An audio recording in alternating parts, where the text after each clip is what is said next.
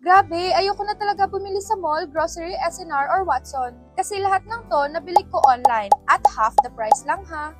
Hi mamas and friends! Gusto ko lang i-share tong super sulit kong online haul.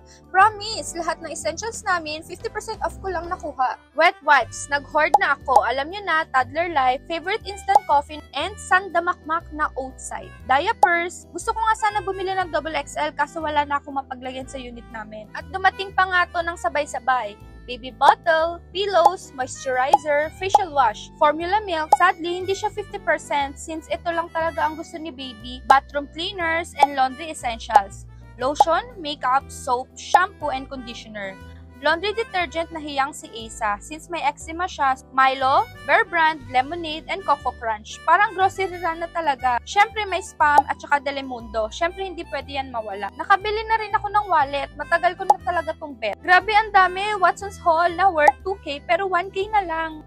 And this is the best deal. Item na originally 4,000 pesos, nabili ko na lang ng 1K nang dahil sa flash sale plus vouchers.